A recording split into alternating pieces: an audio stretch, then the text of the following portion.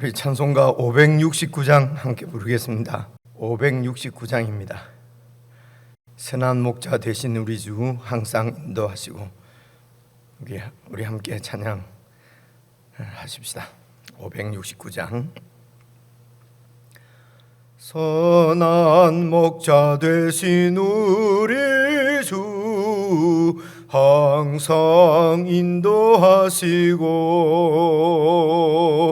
푸른 풀밭 좋은 곳에서 우리 먹여주소서.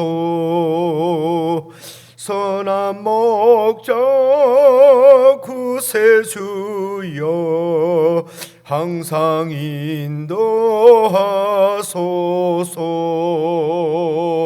선한 목자 구세주여 항상 인도하소서.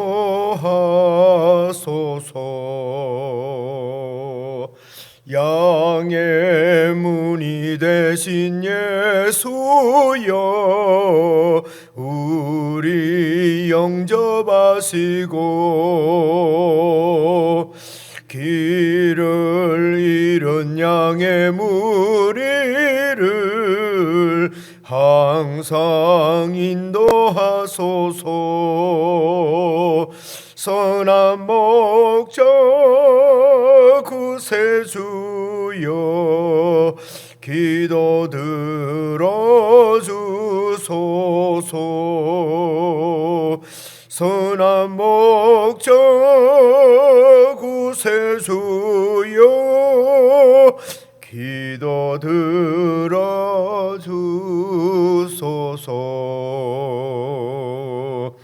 흠이 많고 약한 우리를 용납하여 주시고, 주의 넓고 크신 은혜를 자유 얻게 하소서. 선한 목자 구세주여 지금 나아갑니다.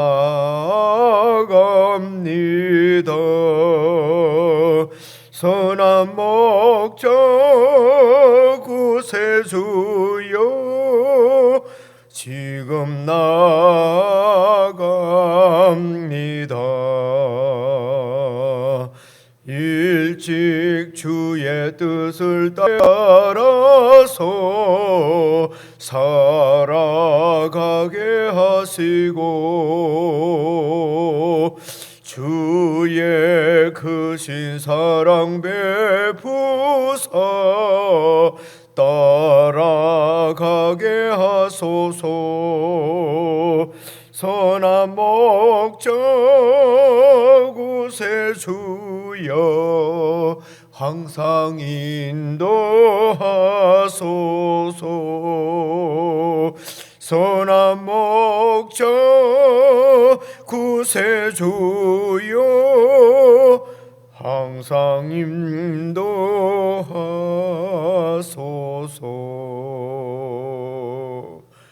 아멘.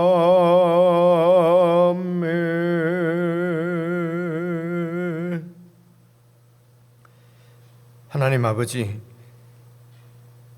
저희들에게 그리스도를 보내주시고 우리의 왕이시여 주시며 인도자가 되게 해주셔서 감사를 드립니다.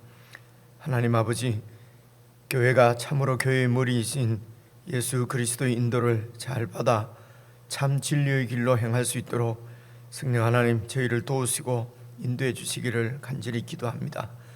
믿는 자들이 어떻게 주님을 믿고 따라야 될지도 혼돈스러운 이 세대입니다.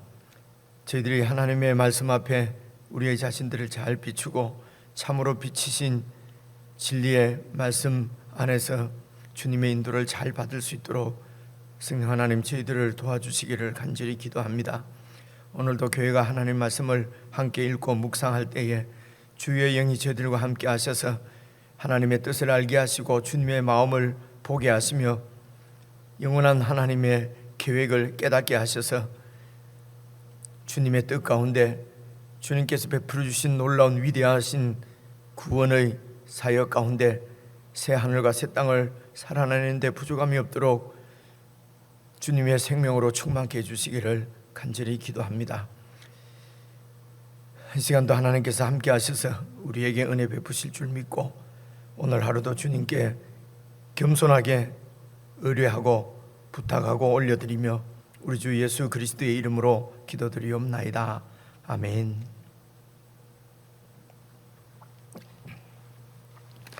우리 오늘 함께 읽을 본문 말씀은 이사야서 66장 1절부터 14절까지입니다. 이사야서 66장 구약성경 1047페이지 이사야서 66장 1절부터 14절까지 저와 여러분이 함께 교독해서 읽겠습니다. 1절을 제가 먼저 읽습니다. 여호와께서 이와 같이 말씀하시되 하늘은 나의 보좌요 땅은 나의 발판이니 너희가 나를 위하여 무슨 집을 지으랴 내가 안식할 처소가 어디랴. 나 여호와가 말하노라 내 손이 이 모든 것을 지었으므로 그들이 생겼느니라. 무릇 마음이 가난하고 심령에 통회하며 내 말을 듣고 뜨는 자 그 사람은 내가 돌보려니와. 소를 잡아 드리는 것은 살인함과 다름이 없이 하고 어린 양으로 제사 드리는 것은 개의 목을 꺾음과 다름이 없이 하며 드리는 예물은 돼지의 피와 다름이 없이 하고 분향하는 것은 우상을 찬송함과 다름이 없이 행하는 그들은 자기의 길을 택하며 그들의 마음은 가증한 것을 기뻐한즉 나 또한 유혹을 그들에게 택하여 주며 그들이 무서워하는 것을 그들에게 임하게 하리니 이는 내가 불러도 대답하는 자가 없으며 내가 말하여도 그들이 듣지 않고 오직 나의 목전에서 악을 행하며 내가 기뻐하지 아니하는 것을 택하였음이라 하시니라. 여호와의 말씀으로 말미암아 뜨는 자들아 그의 말씀을 들을지어다.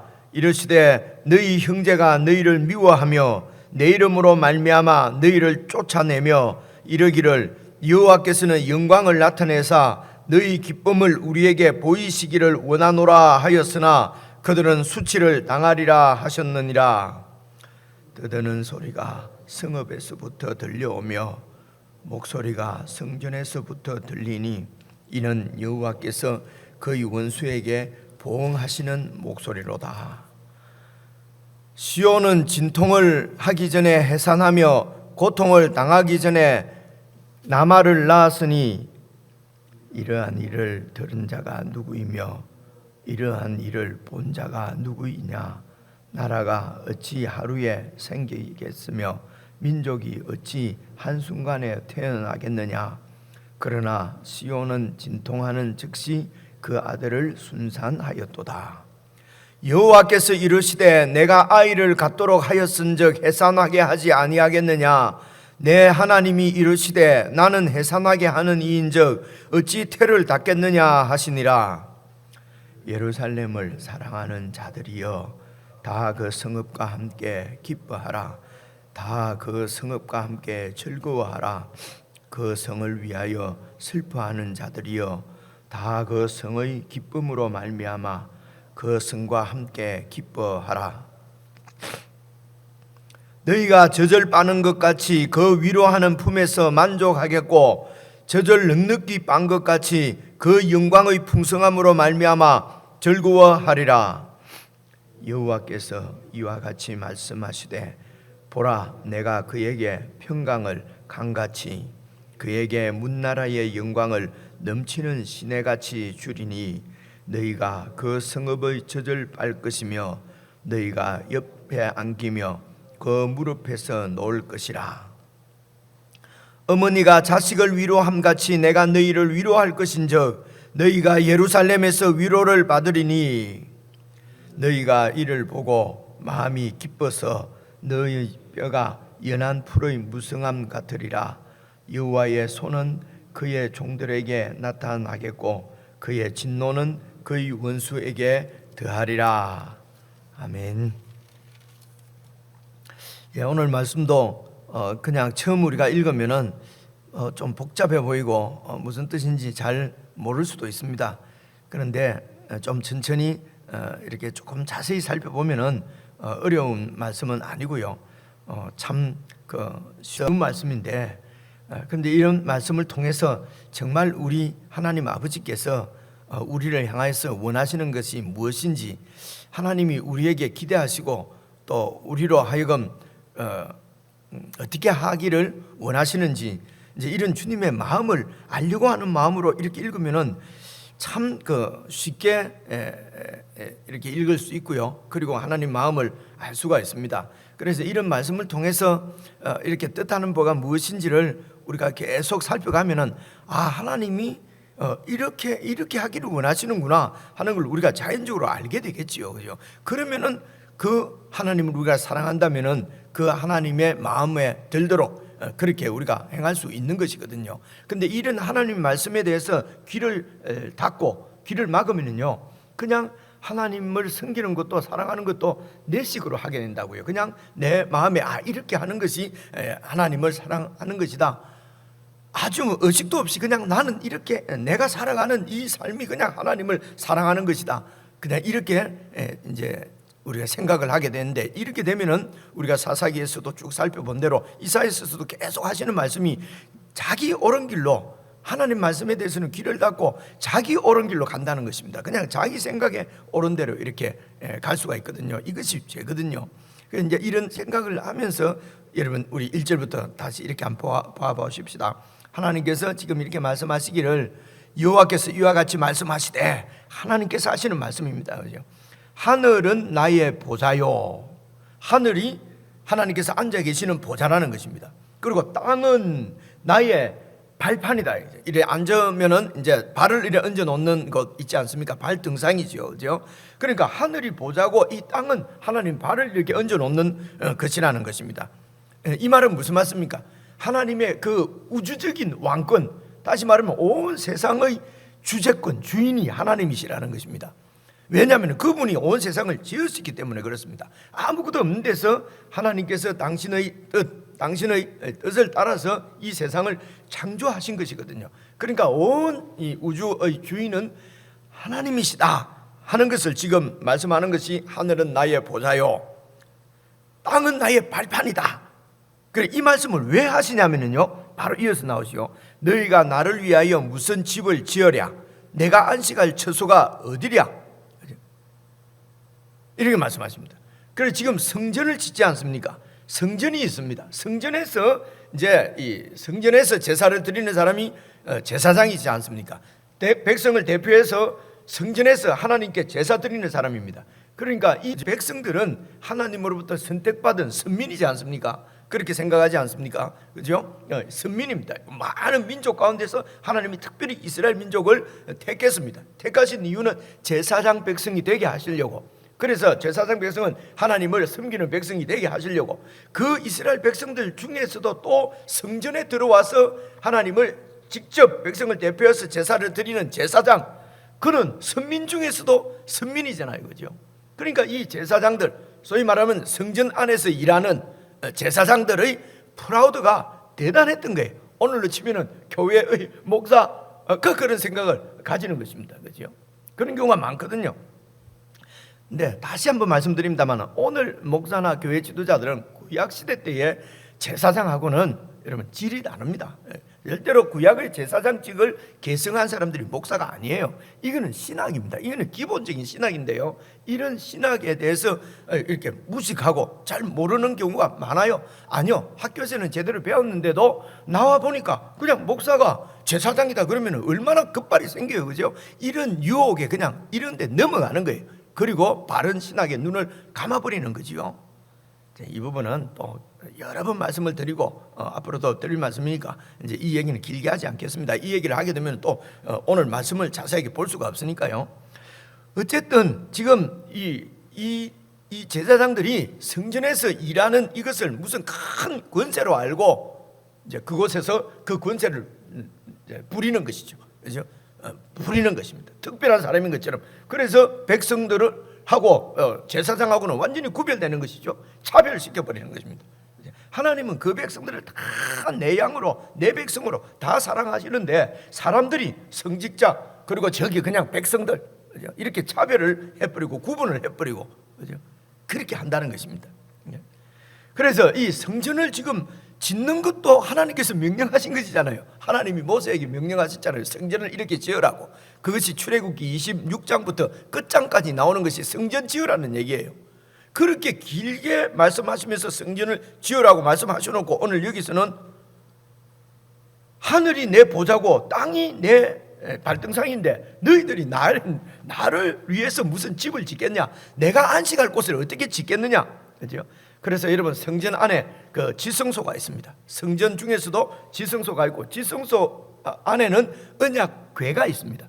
언약궤에는 이렇게 쭉 이 그룹이 이제 날개를 펴고 있는데요. 그 그룹의 날개가 이제 이스라엘 백성들이 상징적으로 생각할 때는 그 그림으로 생각할 때는 그 그룹의 날개에 하나님께서 앉으시고 발등상은 그 언약궤의 그 뚜껑이 이제 하나님께서 발등상 발을 얹어 놓는 발등상이고 그래서 그 지성소 안에 언약궤 위에 하나님이 앉아 계신다는 것입니다. 그래서 그 하나님을 성전에 가두고 성전에서는 하나님을 섬기고 밖으로 성전 밖으로 나오면 하나님은 성전 안에 계세요. 성전 안에서 드리는 제물, 피, 고기 많이 잡수시고 배부르고 기뻐하시고 그래서 우리에게 축복해 달라는 것입니다. 여러분 기억나시죠? 이사야 앞부분에도 내가 무슨 고기에 무슨 걸신 들린 사람이냐, 내가 피에 취한 사람이냐, 이런 고기를 이런 피를 나한테 다시는 가져오지 마라. 하나님께서 이런 말씀도 하신 것을 우리가 기억을 하지 않습니까? 예레미야서는요, 누가 좀 이 성전 앞에 서서 저들이 성전에 예배드리러 못 들어오도록 좀 막아라, 그죠?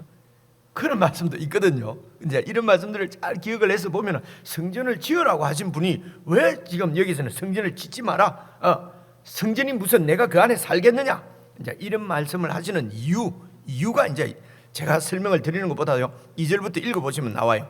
나 여호와가 말하노라, 내 손이 이 모든 것을 지었으므로 이 세상이 생겼다. 맞는 말씀이죠. 이게 바로 하늘이 나의 보좌요 땅은 나의 발등상이다 하는 말씀입니다. 이 세상은 내가 다 지었기 때문에 생겼다. 그러므로 보십시오. 2절 중간에 무릇 마음이 가난하고 심령에 통회하며 그리고 내 말을 듣고 뜨는 자, 하나님의 말씀을 듣고 뜨는 자, 그 사람은 내가 돌보려니와. 그 사람은 내가 돌보려니. 그래서 중요한 것은 이런 말입니다. 이 세상은 하나님께서 지으셨는데 이스라엘 백성을 택하시고 그 가운데 성전을 두시고 성전, 그리고 내 이름을 그 성전에 두겠다. 그래서 성전은 하나님께서 그 백성들을 통치하신다. 그 백성들과 함께 하신다는 말씀은 그 백성들을 다스리신다, 함께 하신다는 거예요. 하나님께서 함께 하신다는 것은 그 백성을 책임지신다는 말씀이고요, 그 백성들은 하나님의 뜻대로 살아야 된다는 것입니다. 이것이 하나님의 율법이었어요. 그래서 그 땅에 성전이 있는 하나님을 예배하는 백성들은 하나님의 뜻대로, 하나님의 말씀대로, 율법대로 살아야 될, 그것이 바로 성전의 의미인 것입니다. 그렇죠? 그래서 성전에서 제사를 드리는 제사장의 책임은 백성들에게 이 하나님의 율법을 잘 나타내서, 잘, 지금 표현을 하면 잘 가르쳐서 백성들이 하나님의 말씀대로 하나님의 말씀에 순종해서 살도록 가르치고 본을 보이는 사람이 제사장들이었어요. 그래서 하나님의 통치를 받는 것이 중요한 것입니다. 그게 성전의 의미입니다. 성전은 하나님께서 우리와 함께 하신다는 뜻이에요. 그 성전 안에만 계신다는 것이 아니고요, 그렇죠? 하나님은 성전 안에 계신다, 그건 상징이에요. 하나님은 성전 안에 계신다는 말은 맞는 말이 아니에요. 하나님은 하늘이 보좌고 땅이 발등상인데 어떻게 그 성전 안에 계십니까? 그렇죠? 그래서 성전은 하나님이 그곳에 계신다는 뜻이 아니고 하나님이 그 백성들과 함께 하신다는 뜻이란 말입니다. 하나님이 그 백성들에게 임재해 계신다. 하늘 우주의 하나님이 그 초라한 노예 백성들, 그 백성들과 함께 해 주신다는 것입니다. 다시 말하면 목자가 되어 주신다는 거예요. 하나님께서 약속하신 것은 내가 그들의 아버지, 그들의 하나님이 되어 주시겠다, 아브라함과 약속하신 약속입니다. 그래서 여러분, 성전은 하나님이 그 백성들과 함께 해주신다. 나와 함께 하신다. 함께 하시는 이유는요, 보호하시고 지키십니다. 은혜를 베푸시는 것입니다. 책임을 지시는 것입니다. 그래서 예수님이 우리의 성전이다 하는 말은 그 말인 것입니다. 예수님이 왜 우리의 성전이 되십니까?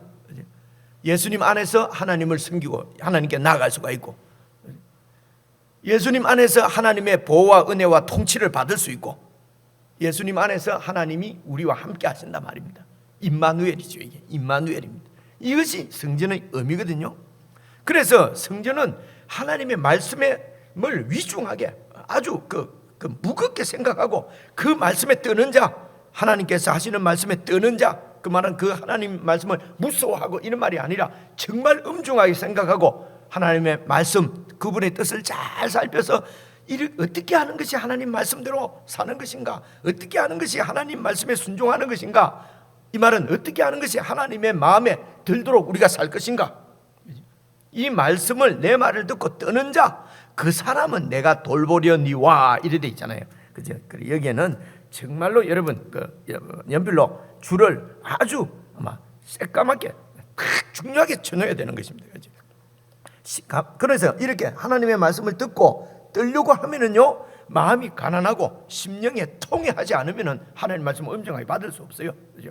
그러니까 가난하고 우리 심령이 떨게 해주시옵소서, 심령이 통해하게 해주십시오, 막 이렇게 통해하게 해주옵소서 한다고 해서 통해가 되는 게 아니에요. 통해하는 목적은, 통해하면은 하나님의 말씀을 엄중하게 받을 수 있어요. 그래서 내 뜻대로 내 마음대로 그냥 내 고집대로 사는 것이 아니라 그 하나님의 말씀을 잘 듣고 그 말씀대로 순종하는 자, 이런 말이죠. 엄중하게 생각한다면 하나님의 말씀을 뜨는 것이거든요. 그래서 가난하고 심령이 가난하고 심령에 통해하는 것보다도 더 중요한 말씀은 하나님 말씀을 듣고 뜨는 자, 이것입니다. 하나님 말씀을 듣고 뜨는 자, 그 사람은 어떻게 해요? 내가 돌보려니와, 이게 성전의 의미라는 것입니다. 그 사람은 내가 돌본다. 내가 그 사람과 함께해서 지켜주시고 필요를 채워주시고 인도하시고 보호하시고 은혜를 베푸신다는 것입니다. 여기에 반대되는 말이 뭡니까? 이제 3절부터 나옵니다. 소를 잡아 드리는 것. 소를 잡아서 제사 드리는 사람이 제사장이에요. 그죠? 백성들도 소를 가지고 와서 이제 그 소를 이제 잡습니다. 그죠? 그래서 그 소의 희생 제물과 피를 하나님 앞에 바치는 사람은 제사장이에요.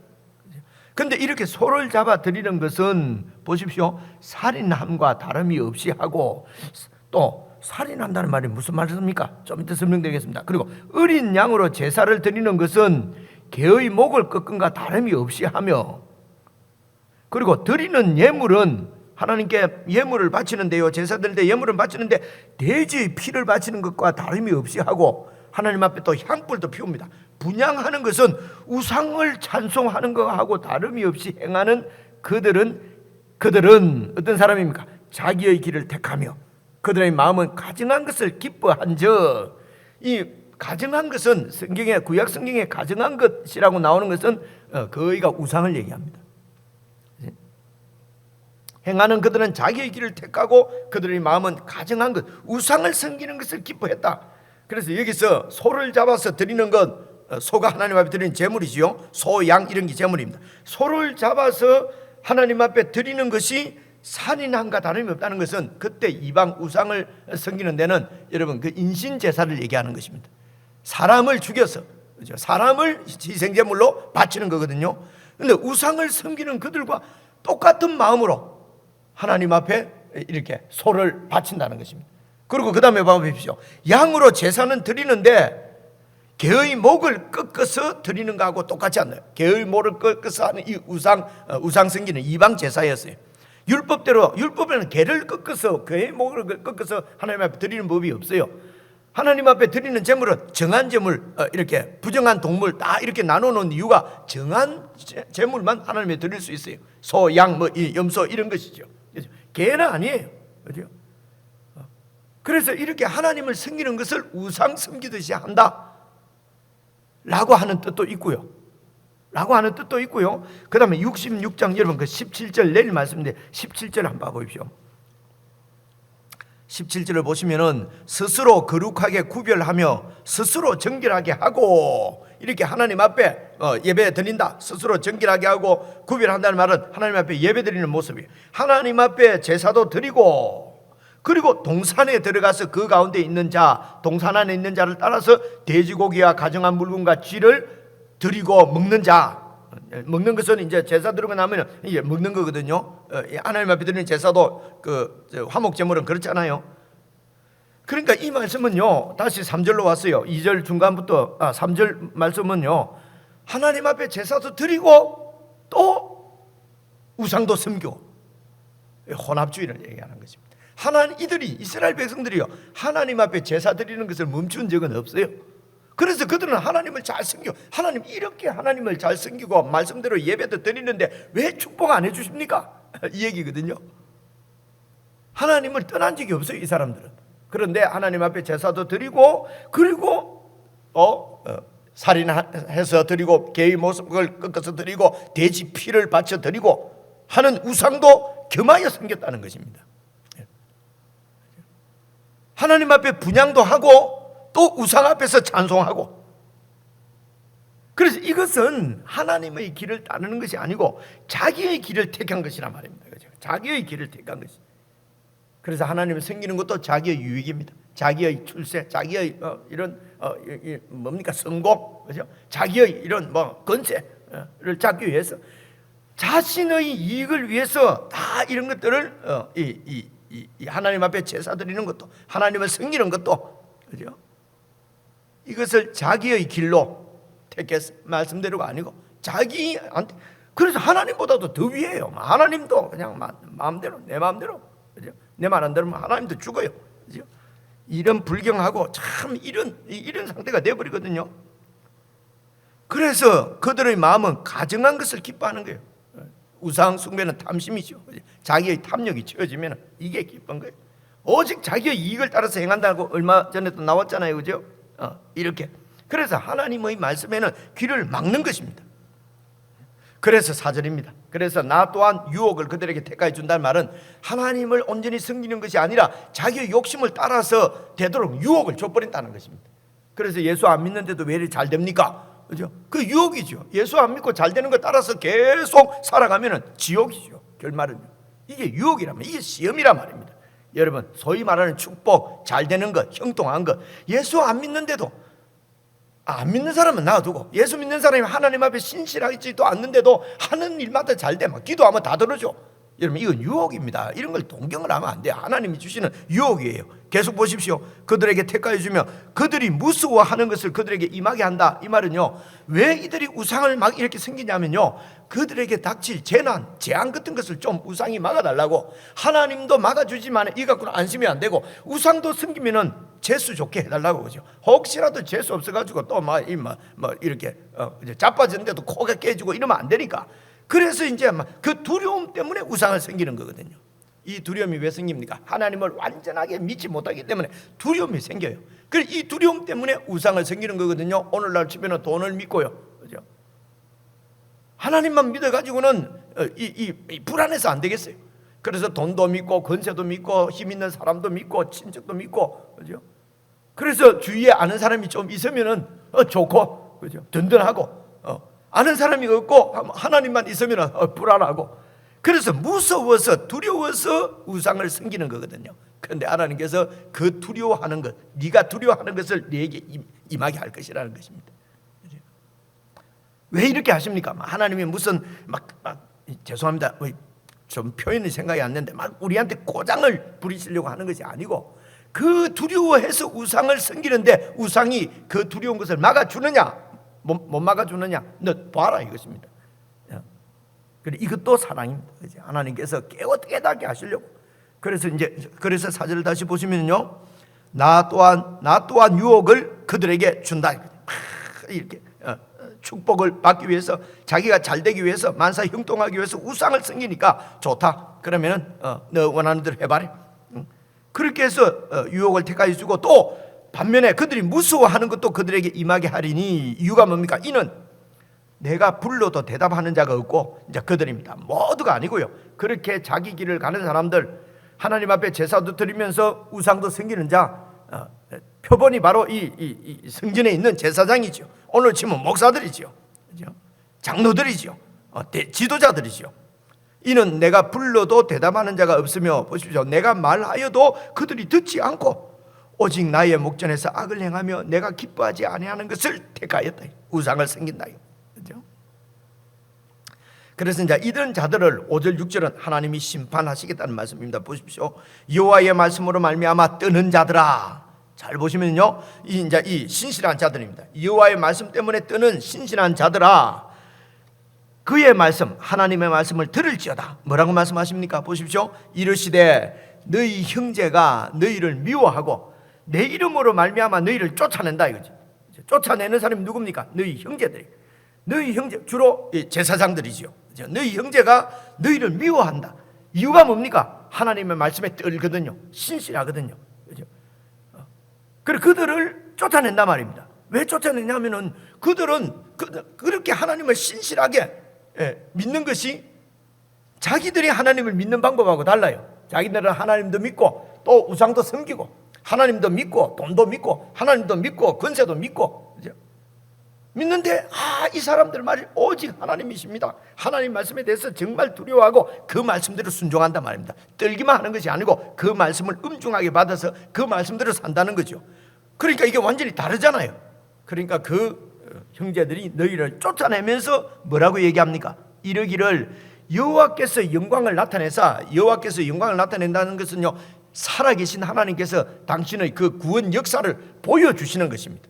그래서 쫓아낸다는 말은 결국은 쫓아내기까지 하려면 얼마나 핍박을 했겠습니까? 그죠? 그래서 하나님이 너희에게 영광을 보여낸다는 것은 너희를 왜 구원하지 못해? 너희들을 지금 우리의 이 핍박으로부터 구원해서 너희의 기쁨이 되는 것은, 너희가 기뻐하는 것을 우리에게 보이시기를 원하노라.